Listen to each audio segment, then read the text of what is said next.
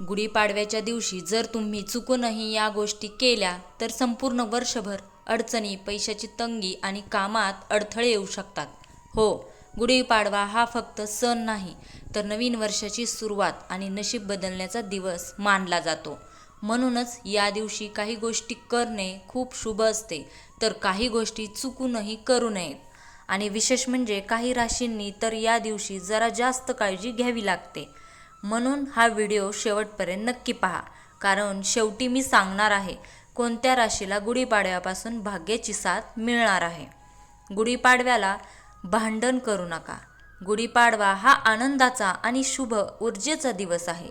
या दिवशी जर घरात वाद, भांडण किंवा राग झाला तर त्या नकारात्मक ऊर्जेचा परिणाम संपूर्ण वर्षभर जाणवू शकतो.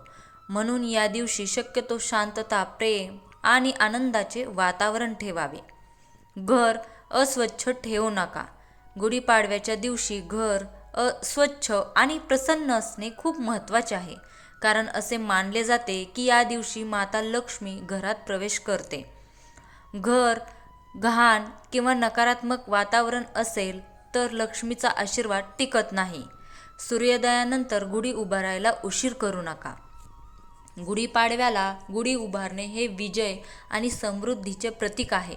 सूर्योदयानंतर शक्य तितक्या लवकर गुढी उभारणे शुभ मानले जाते. जास्त उशीर केला तर त्या शुभ मुहूर्ताचा फायदा कमी होतो असे मानले जाते. वाईट शब्द बोलणे टाळा.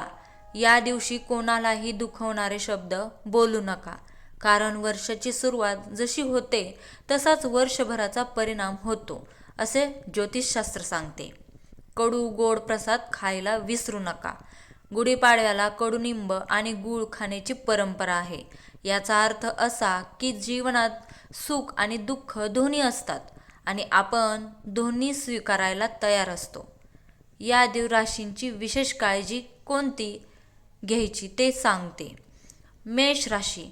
मेष राशींच्या लोकांनी या दिवशी घाईघाईत निर्णय घेऊ नयेत. रागावर नियंत्रण ठेवल्यास वर्षभर चांगले परिणाम दिसतील. वृषभ राशी.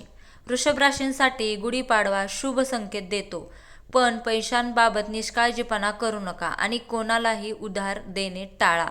मिथुन राशी. मिथुन राशीच्या लोकांनी या दिवशी कोणत्याही वादात पडू नये. शांत राहिलात तर नवीन संधी मिळू शकतात. मीन राशी. मीन राशींच्या लोकांनी गुढीपाडव्याच्या दिवशी देवाची उपासना किंवा दान करावे. यामुळे अडकलेली कामे पूर्ण होण्याची शक्यता वाढते. गुढीपाडवा हा फक्त सण नाही, तो आपल्या आयुष्यातील नवीन सुरुवातीचा दिवस आहे. या दिवशी जर आपण सकारात्मक विचार, देवाची भक्ती आणि चांगली कामे केली तर संपूर्ण वर्ष आनंद, समृद्धी आणि यशाने भरलेले असू शकते. श्री स्वामी समर्थ.